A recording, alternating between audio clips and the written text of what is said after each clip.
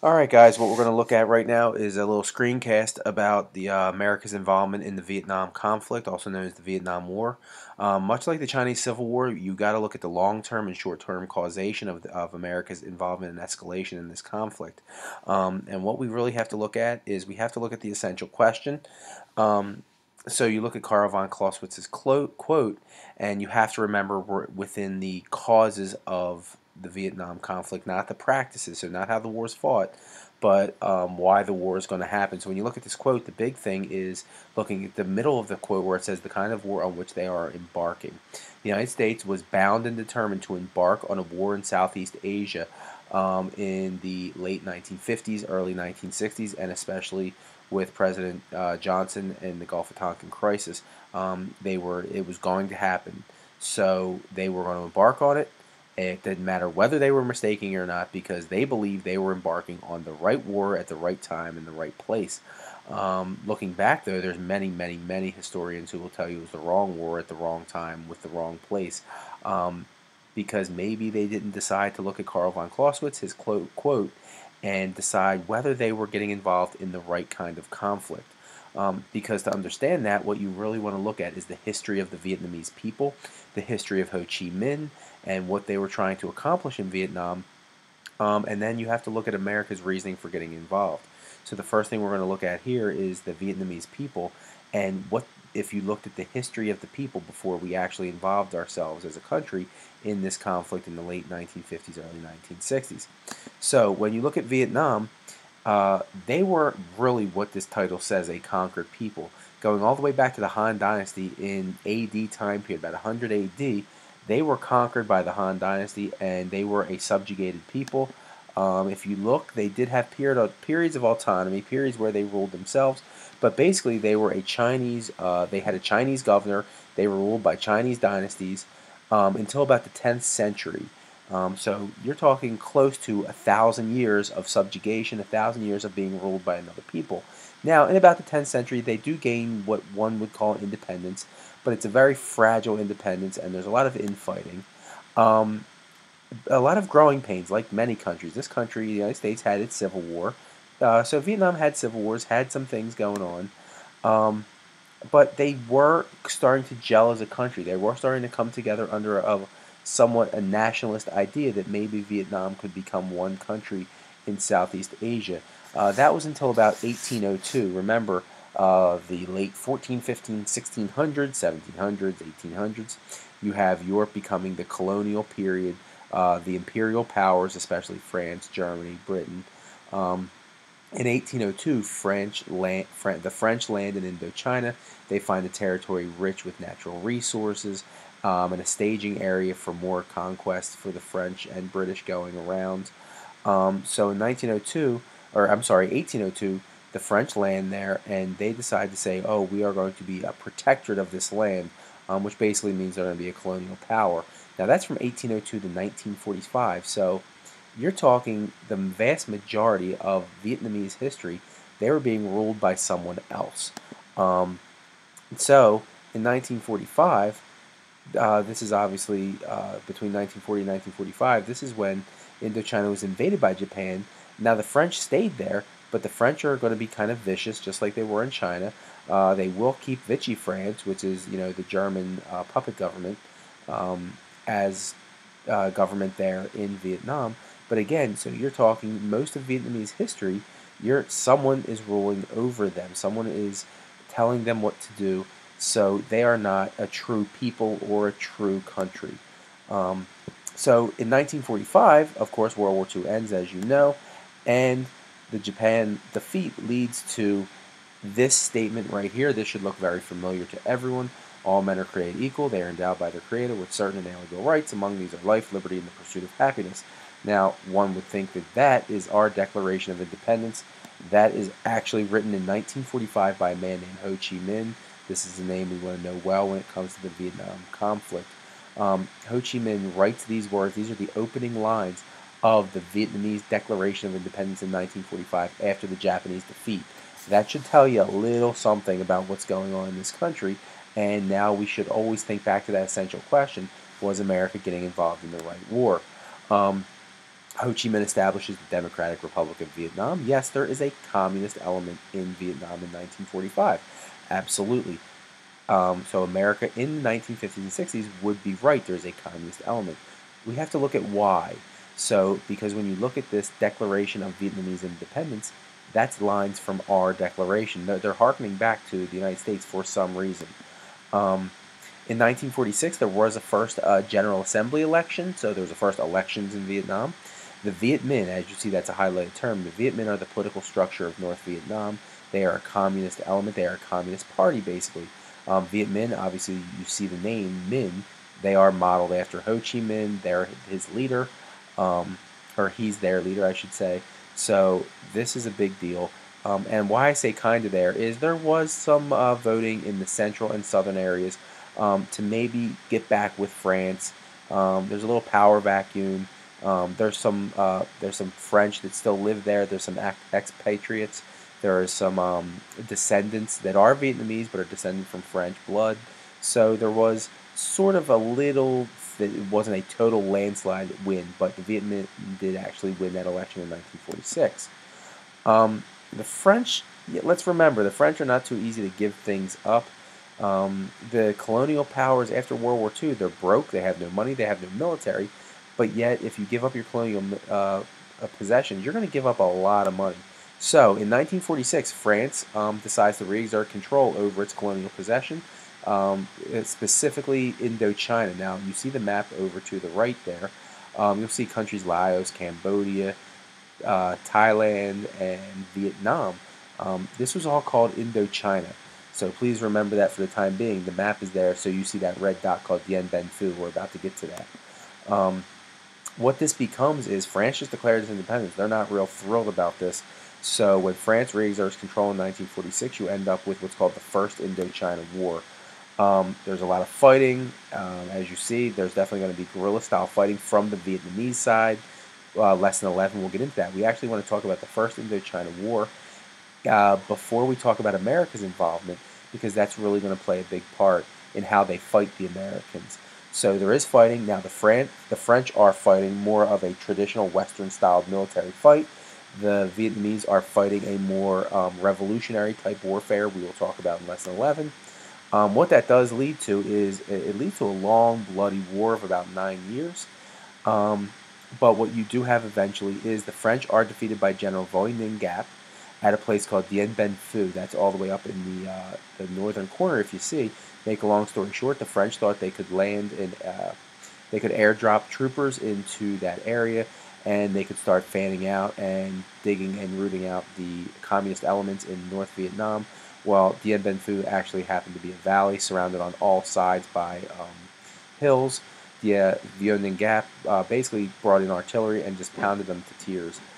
So you could call this an amazing win by General Gape, or you could call this a lot of French stupidity, one or the other. But eventually what you do see is the defeat of the French at Dien Bien Phu. And what this leads to is the Geneva Conference of 1954.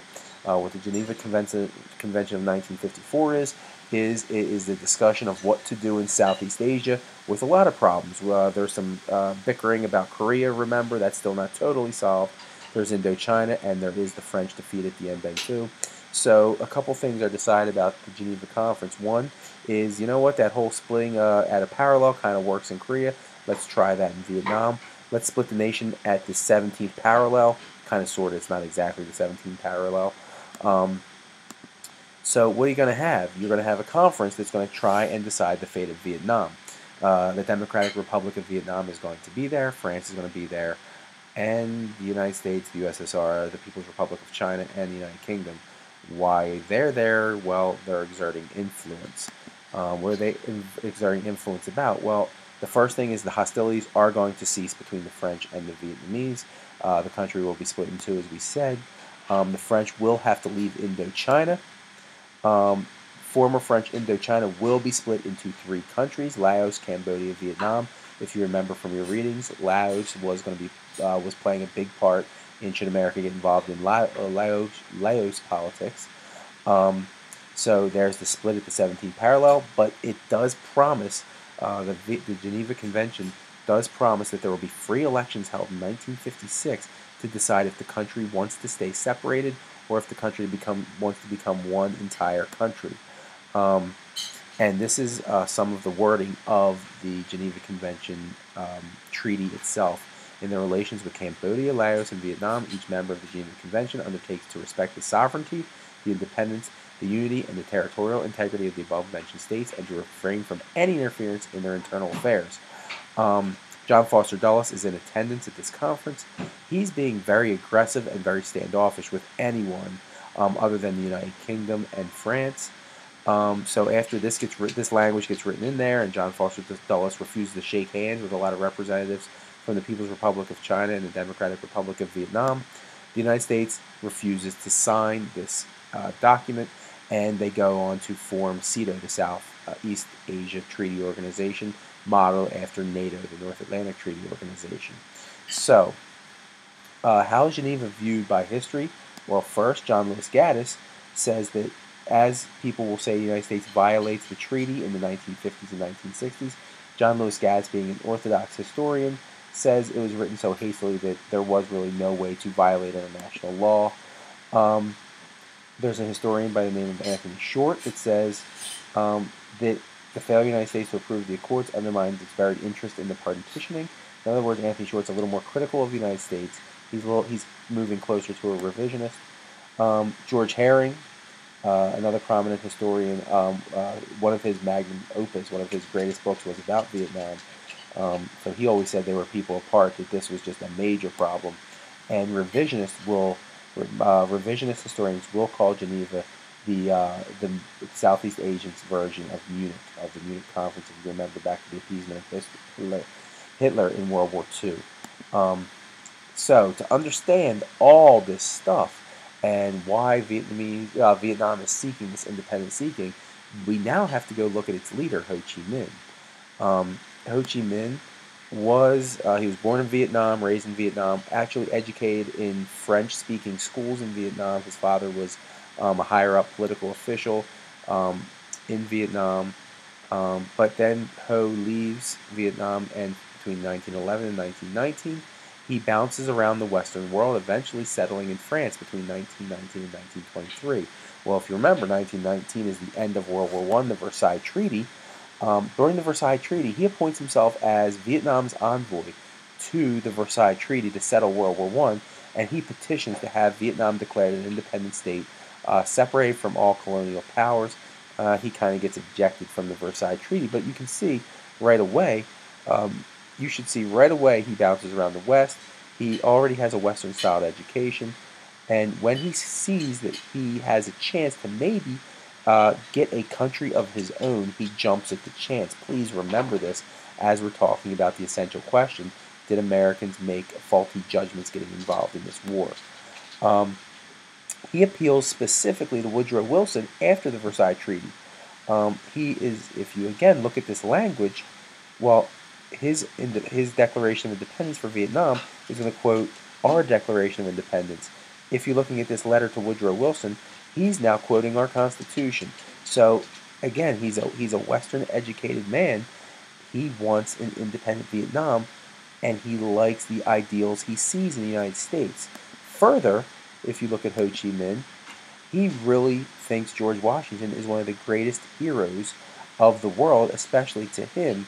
As we keep moving here, remember Ho Chi Minh will be the leader of the Communist Viet Minh Party. But here becomes the problem. After he gets basically ignored at the Treaty of Versailles, well, then he has nowhere to turn to. He begs France for independence of his country. He begs the United States for independence of his country. He begs Woodrow Wilson in personal letters for the independence of his country. Well, now he has nowhere to turn in the Western world, so now he turns to the East, and he turns to Moscow. He goes to Moscow. He trains under the Comintern, because in France he did become a high-up leader in the French Communist Party. So after he got basically ignored by the West, he did start to embrace communism. He goes and trains in the Comintern. He trains with China in the CCP during the Chinese Civil War. But in 1941, even with all this communist training, even with visits to Moscow, even with visits to China under Red China, He returns in 1941 to Vietnam when Japan takes over, and he actually immediately begins helping down United States pilots in World War II, and he immediately begins intelligence gathering for the U.S. OSS, basically an intelligence service, to get Japan out of his country. You should be seeing a similar thread with Ho Chi Minh. He wants foreign influence out of his country, and he wants an independent country of his own for his Vietnamese people. This is a theme that continues to rise with Ho Chi Minh. So, in 1945, after Japan is defeated, what you have is you end up with another letter begging an American president. We ask what has been graciously granted to the Philippines. Like the Philippines, our goal is full independence and full cooperation with the United States. We will do our best to make this independence and cooperation profitable to the whole world. So still, you have a communist-trained person who has visited Moscow, visited Red China, begging an American president for independence for his country and saying he will throttle back on the communism and cooperate with the United States. So what do you have here? You have Ho Chi Minh, who's going to become the nationalist leader of the Vietnamese, is in fact a nationalist. He represents the people of Vietnam. He wants what? What have you seen through this whole narrative of Ho Chi Minh's story? You've seen a man who has practically for 25 to 30 years begged anyone who will listen for the independence of his country. He's willing to accept independence under any flag or anybody who will give him that time of day. It just so happens that when he appeals to the West, and he appeals to the French specifically, they shove him to the side. When he appeals to the United States, specifically, they shove him to the side. So he goes to another superpower to receive his training, is the USSR. But here's the thing. After 20 years of talking to Moscow and training under communism and the Comintern, he really exits Moscow with no proper ties to Moscow. His communism, what you have to understand is, remember what we learned about Mao Zedong's communism. He molded communism to fit what his country needed. And that, remember, resulted in a communism that was very different from what America feared, which was Soviet aggressive communism. So here you have another Asian leader who takes what he needs from communism to serve his purposes, and his purpose is to unite his country.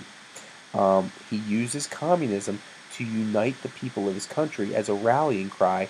Remember, communism does espouse anti-imperialism, but what you don't have is you don't have a puppet of Moscow. So you must remember that. As a matter of fact, in 1945, if you look at this big long quote, I'll leave it up here for a little, you can pause it to read it, but what you basically say is, yes, the Viet Minh is a communist movement, but the Viet Minh is a communist movement to unite the people of Vietnam to gain independence, but what they really seem to want is a democracy that's modeled after the West. Because who is the Viet Minh's leader? The Viet Minh's leader is Ho Chi Minh, the man who was educated in the West, who has appealed mostly to the United States. But why does he appeal? Because he wants an independent nation of his own, of Vietnamese, for the Vietnamese people. So, when you look at the essential question again, is America getting involved in the wrong war at the wrong time?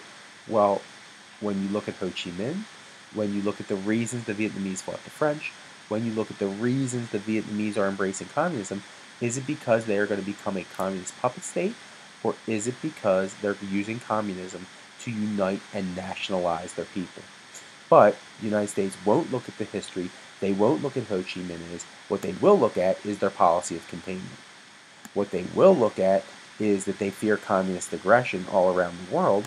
What they will look at is the expanding influence of the USSR and the People's Republic of China. And as you remember, as this is happening in 45, especially in 54 during the Geneva Convention, this is when Eisenhower is espousing rollback. So this is really not going to go over well.